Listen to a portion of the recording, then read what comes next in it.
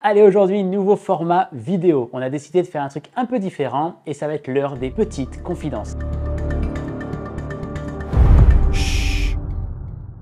Le principe est simple, je vais faire venir un patient qui va vous décrire un peu sa pathologie et un peu son histoire, comment il l'a vécu, comment il a ressenti, ses douleurs, ses traitements. Ça pourra en aider beaucoup. Si c'est la première fois que tu te retrouves sur cette chaîne YouTube, je m'appelle Stéphane, je suis kinésithérapeute et ostéopathe spécialisé dans le domaine du sport. Ici, on parle santé, sport, motivation, tout ça dans la joie et la bonne humeur. N'hésite pas à t'abonner juste en dessous pour ne rien louper des futurs contenus. Et puis pour nous, plus la communauté s'agrandit, plus c'est cool. Spécialiste des capsulites, une à chaque épaule. Messieurs, dames, tenez-vous bien, j'ai nommé Stéphanie.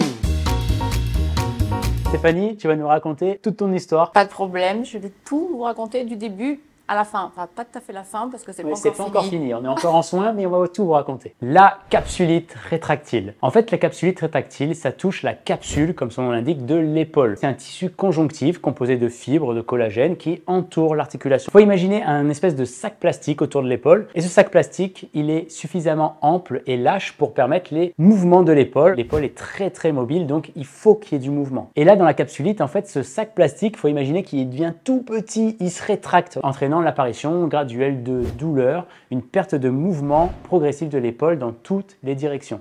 C'est arrivé un peu comme ça sans prévenir. Du jour au lendemain, quasiment, plus ça allait et moi je pouvais bouger mon bras, lever mon bras ou écarter mon bras et puis jusqu'à ce que ça reste coincé à peu près à 90 degrés quoi. Donc déjà pendant un an j'ai rien fait parce que je savais pas ce qui se passait mais je me disais ça va finir par passer et puis finalement au bout d'un an j'ai fini par consulter. Au final on m'a diagnostiqué une capsulite. J'avais jamais entendu ce nom barbare. Cette pathologie, elle se manifeste surtout chez les individus âgés entre 40 et 60 ans et elle est plus fréquente chez les femmes. Alors on ne connaît pas forcément les causes d'apparition de la capsulite rétractile, en tout cas pas les causes exactes, mais parfois dans certains cas, il y a des facteurs prédisposants, par exemple la notion de traumatisme, une chirurgie récente, une immobilisation prolongée de l'articulation, une tendinopathie, enfin bref, il y a plusieurs choses qui peuvent faire en sorte que ça apparaisse. Après on peut préciser aussi qu'il y a certaines maladies comme le diabète, des problèmes de thyroïde ou des traitements médicamenteux qui peuvent favoriser aussi sa survenue. Il y a les changements hormonaux, on a dit que ça apparaissait beaucoup chez les femmes entre 40 et 60 ans. Et un des facteurs quasi communs à l'ensemble des patients, c'est le stress et l'anxiété. Le stress et l'anxiété auraient un impact sur le déclenchement de cette pathologie. On m'a parlé du stress, bien sûr, on m'a parlé de ma position à mon bureau avec ma souris, donc j'ai aussi changé le fauteuil, changé la souris, changé tout ce qu'il fallait. Après, il y en a d'autres qui disent que non, ça peut arriver, et apparemment ça toucherait plus les femmes. Si on veut parler un peu chiffres, on sait qu'elle touche 2 à 5% de la population et elle est plus élevée, on a dit, chez la femme. C'était vraiment tout nouveau pour moi comme information. Personne autour de moi avait déjà eu de capsulite, je partais vraiment dans l'inconnu. Donc il y a 2 phases en général qu'on décrit dans la capsulite, il y a même 3 phases. Mais la première phase, en tout cas, c'est la phase douloureuse, même vraiment douloureuse. On l'appelle parfois la phase chaude, pendant laquelle la douleur est au premier plan et les patients souffrent. Douloureux la journée pendant le boulot, douloureux la nuit parce que quand je dormais sur mon épaule, et forcément ça me faisait mal. Cette phase, elle dure entre 1 à 4 mois en moyenne. À ce moment précis, en fait, c'est la distinction avec les autres pathologies de l'épaule, c'est pas forcément toujours évident. Ça peut être une calcification, ça peut être, il y a plein de choses qui font qu'on n'est pas forcément sûr du diagnostic et on va s'appuyer sur peut-être d'autres examens complémentaires. Alors ça a commencé par l'épaule droite. Bien sûr, les recherches sur Internet, ça c'est toujours la première chose que tout le monde fait, je pense. J'ai lu beaucoup de choses, que ça allait durer pas longtemps. J'ai lu aussi que ça allait durer très longtemps. Donc je me suis dit, on verra. On va commencer la kiné, puis on verra comment ça se passe. Et d'ailleurs, dites-nous en commentaire, juste en dessous, si vous aussi vous avez été touché par les capsulites rétractiles. Si vous avez des questions, n'hésitez pas à nous les poser. Et si vous avez des idées de thèmes que vous voulez aborder, ou même si vous voulez nous rejoindre pour nous expliquer devant la caméra un peu votre histoire, ça sera avec grand plaisir. Donc j'ai commencé la kiné dans un premier cabinet que le médecin m'avait indiqué. Je suis restée là-bas pendant plus d'1 an. Et il se passait absolument rien. J'avais pas du tout d'amélioration jusqu'au jour où j'ai décidé de partir de ce cabinet. Et là, je suis tombée sur Stéphane. Et la grosse différence entre Stéphane et l'autre kiné qui me suivait, déjà, c'est au niveau des soins. Chez Stéphane, pas de petites électrodes qu'on colle sur l'épaule en attendant que le boulot se fasse pendant qu'on va voir quelqu'un d'autre. Stéphane, il est là, il fait bouger l'épaule, il touche, il masse, il remue, il secoue, il fait mal aussi des fois.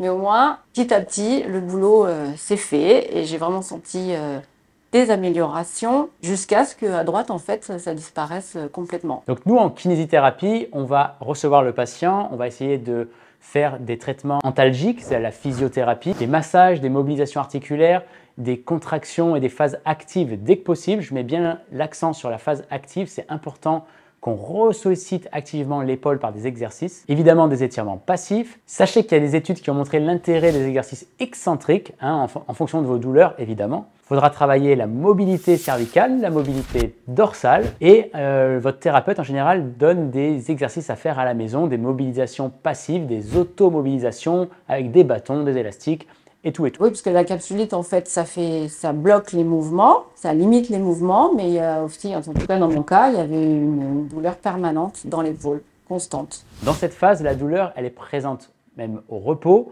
elle est présente lors des mouvements et elle est présente aussi le soir. Souvent, la nuit, les patients nous décrivent que le sommeil est perturbé par ces douleurs, ils n'arrivent plus à se coucher sur le côté de l'épaule affecté. Et là, on arrive progressivement sur la phase 2, qu'on nomme aussi la phase froide. Et là, le nom d'épaule gelée prend tout son sens. Cette phase numéro 2 est beaucoup plus longue. Elle dure en moyenne 3 à 12 mois. La douleur devient intermittente et un peu moins intense que durant la première phase.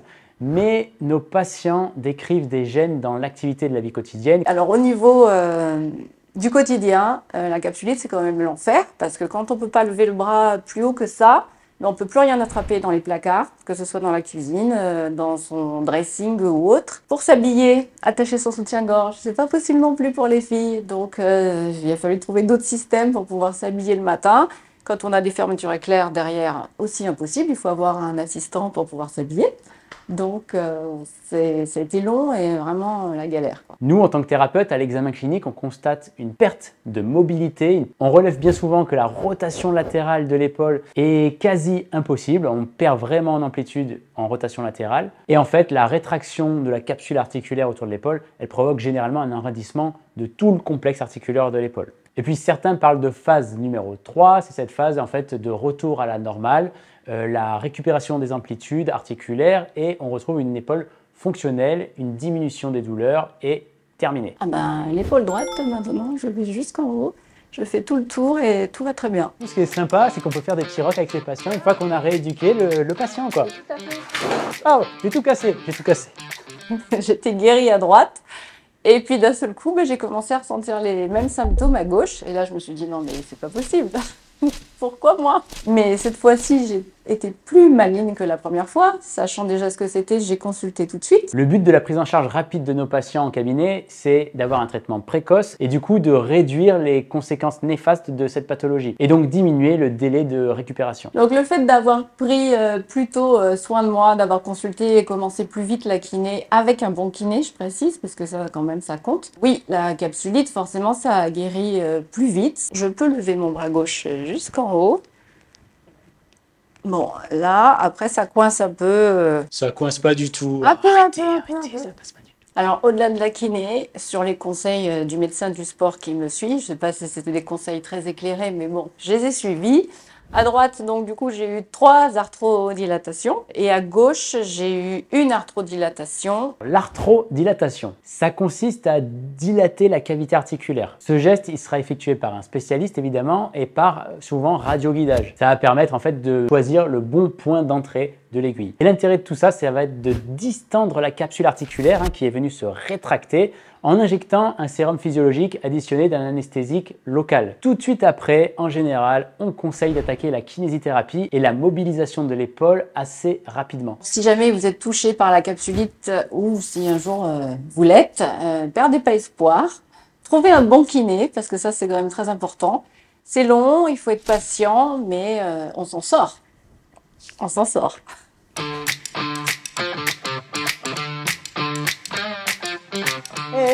Macarena. N'hésite pas à partager, liker et surtout t'abonner, je le répète, mais c'est vraiment pour soutenir notre travail et nous, ça nous fait un bien fou. N'hésite pas non plus à nous poser tes questions, on se fera un plaisir d'y répondre. Et nous, on se retrouve pour des prochaines vidéos. Ciao!